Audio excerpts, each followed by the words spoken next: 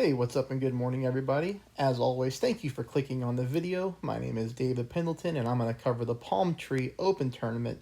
This is going to be the Pro Division this time, and we're going to be going over the front 9 wind. So, minus 14 through the front 9, that's actually that way on both of my accounts with the exact same scorecard. So basically, we picked up the extra drops on hole number 4, and a tough eagle on hole number 8. I was able to get it to go down twice.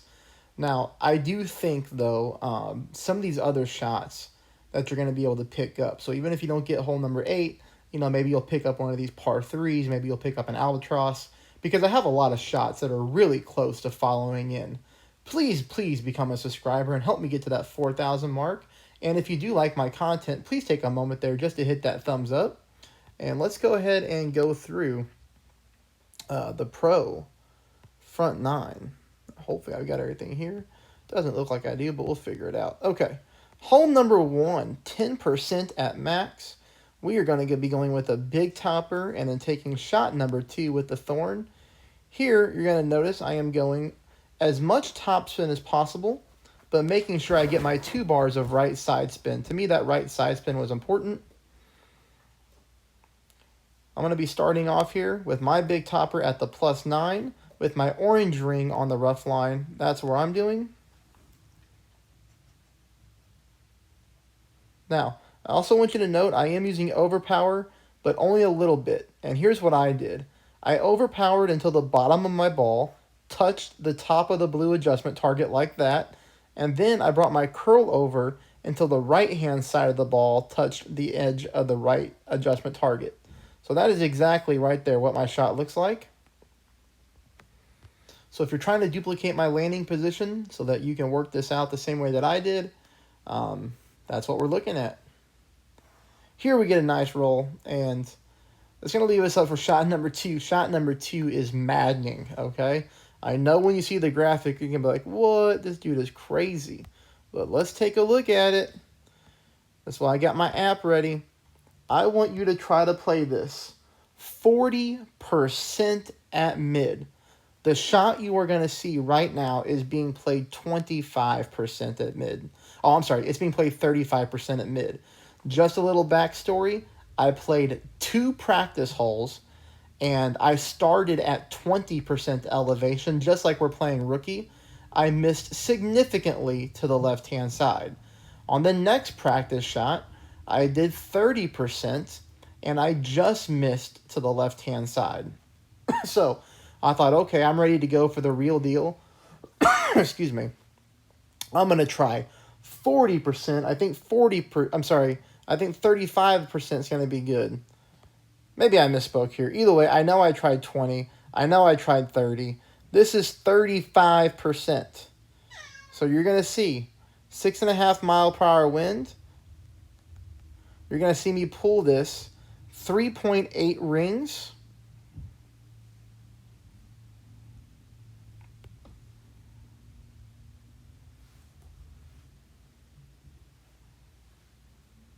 So again, that shot right there was just pulled 35% at mid.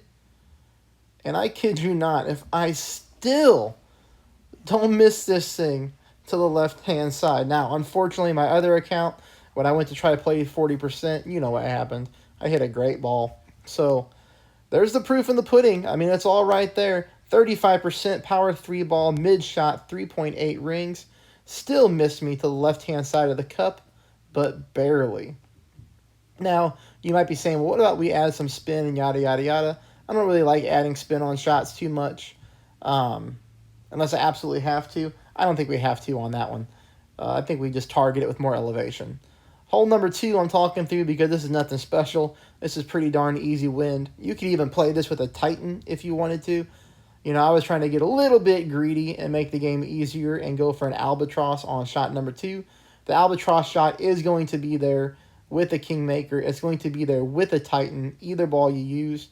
The only thing here is you would like to be more on the right-hand side of the fairway.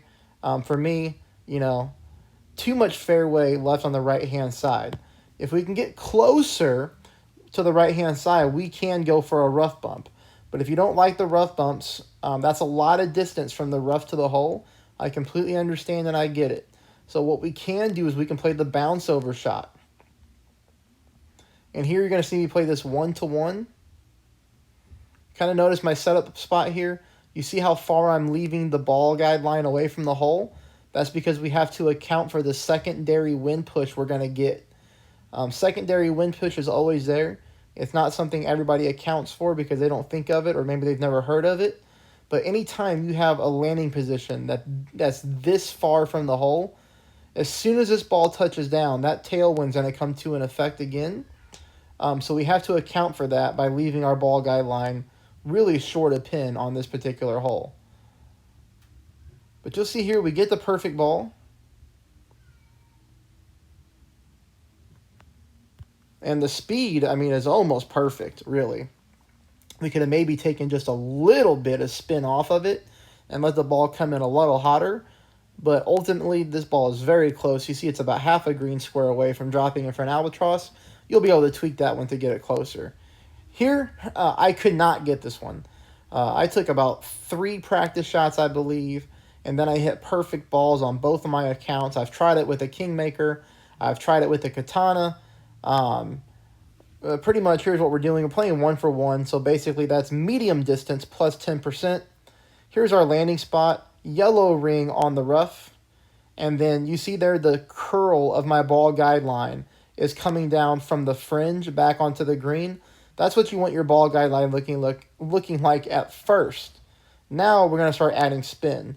Here I go with 2 bars of side spin to the left, and I'm trying to get my ball guideline to spin into the hole. So now I've moved it just a little bit, so you can see that part of my yellow ring is on the rough, and part of my yellow ring is on the fringe, with most of it in the rough. Ball guideline here is showing a little bit short a hole. I've tried tweaking this every which way. It's not dropping for me. Maybe it'll drop for you. But this one seems to be pretty safe. On all 5 of my attempts, I never got stuck in the rough or sand. They all came to the green. Some came up short. This one came up long. But that's an option for hole number 3. If you're like, you know what, if it's not dropping and you just want to play it safe, just in case you're a player who hits a lot of great shots like I do from time to time, you can just play the bounce over shot.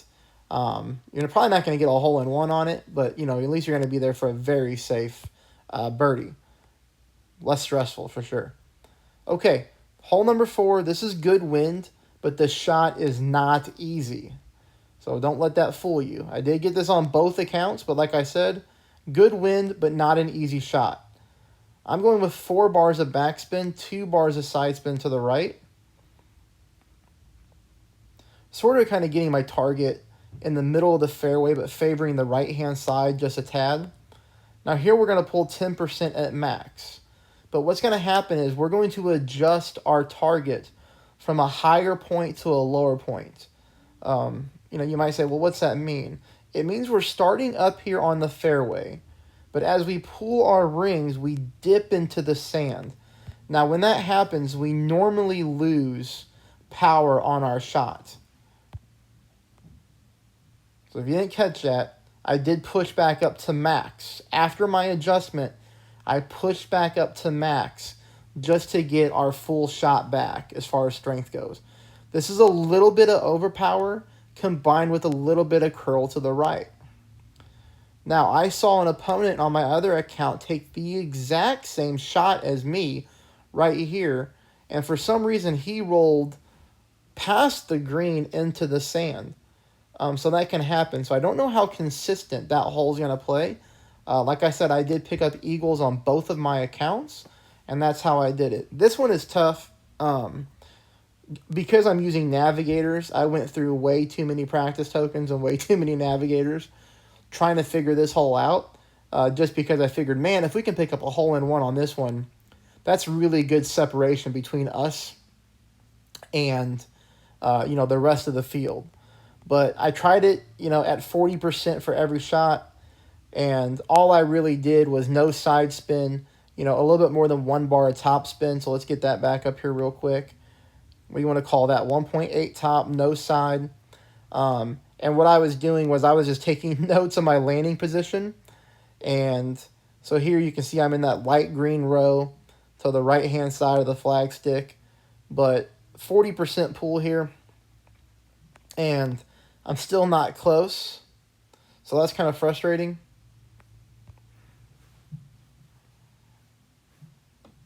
So you could look at doing a couple different things. I missed this one significantly to the left-hand side, even with a 40% pull. You could go real crazy and do a 60% pull. You could try to offset the shot even more. Yeah, it's kind of whatever you want to do. But hole number 4, or that's hole number 5, it's just kind of a weird one, you know. Hole number 6 here. Only way for me to play this one is just to go bombs away, which I am doing right now. So straight tailwind, we're just going to let this ball fly. Now here I am adjusting about 10% elevation, or I'm trying to, I should say. These trees get in the way, so I have to push my rings instead of pull them.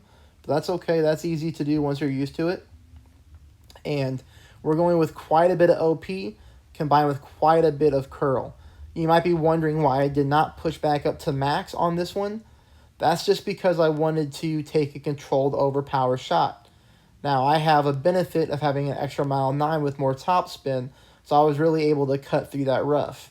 If you have an extra mile 7 or 8 and you want to play this same type of shot, you may want to look at pushing back up to max after your adjustment. But if you do that, you have got to make sure that your target is aiming in this area, okay? You want this part of the fairway so that you can hit this and roll through.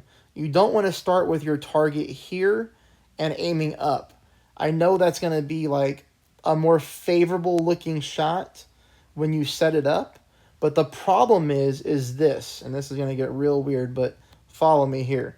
Notice that if you play this part of the fairway, when you push back up to max, you're probably going to hit this rough and get stuck and not make it to the fairway up here.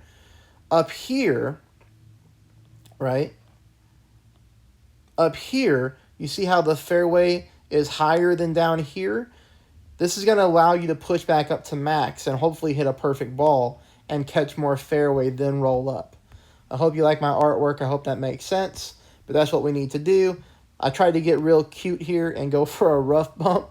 But you know, it's like in my head, I'm like, you know what? I'm not good enough to do that. I'll probably end up shanking it and throwing that ball into the sand, which would defeat the purpose of me using the Berserker to go bombs away.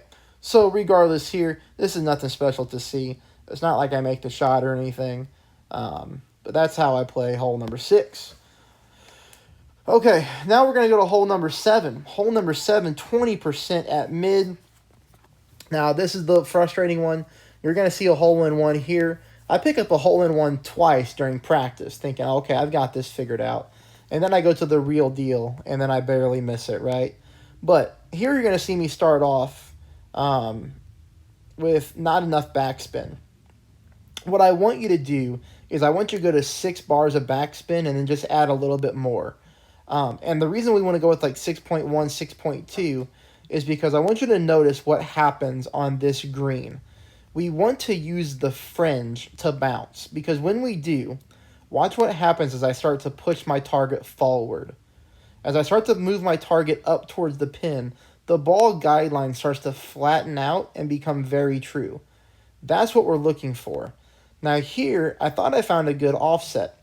As you can see, I'm aiming on the right-hand side of the cup. Just outside the right-hand part of the cup is where we want to aim. 20% pull.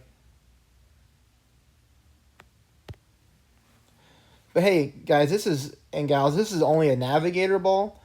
You know, you might want to give this one a shot in practice or two, because I don't know how consistent that's going to be. Like I said, I did sneak that one in there. But, you know, if you got some practice tokens and you don't mind using some navigators, you know, go ahead and knock yourself out on that one just to get used to that setup. But I did play it 20% at mid, okay? All right, hole number 8, we do a double eagle, which is nice. Taking my quarterback just to make this drive easier and the ball guideline true. 2 top, right? I believe so, yep. 2 top, 2 right. I'm backing my quarterback up so that I can adjust my rings properly. So here I'm at the plus 10 yard mark. We make our ring pull.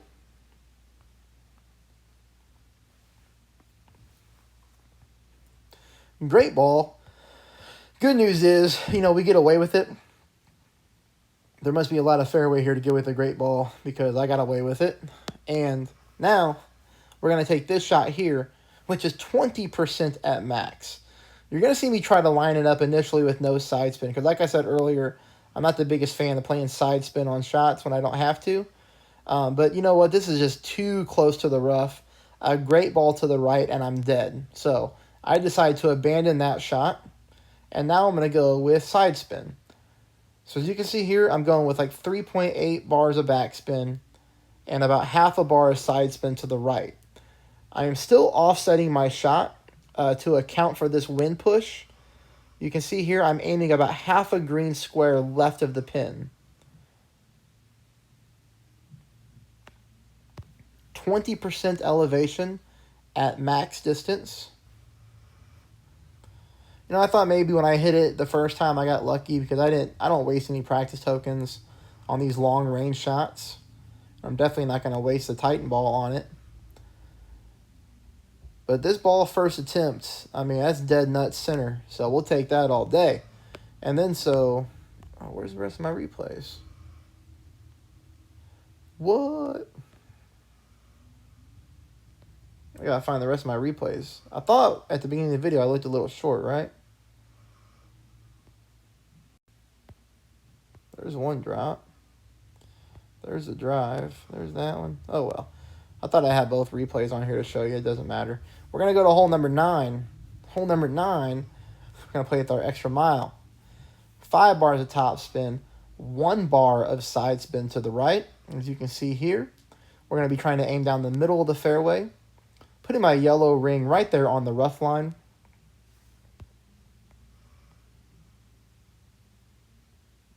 I think I fast forward through that pool too much. Sometimes people like to watch the pools.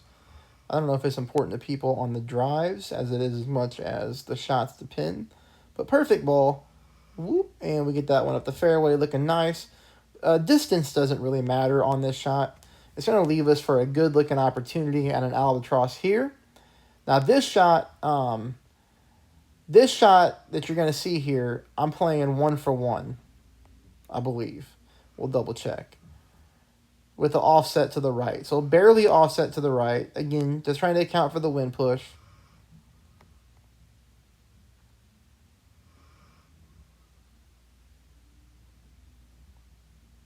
Let's take a look at this because I got to make sure I got this right.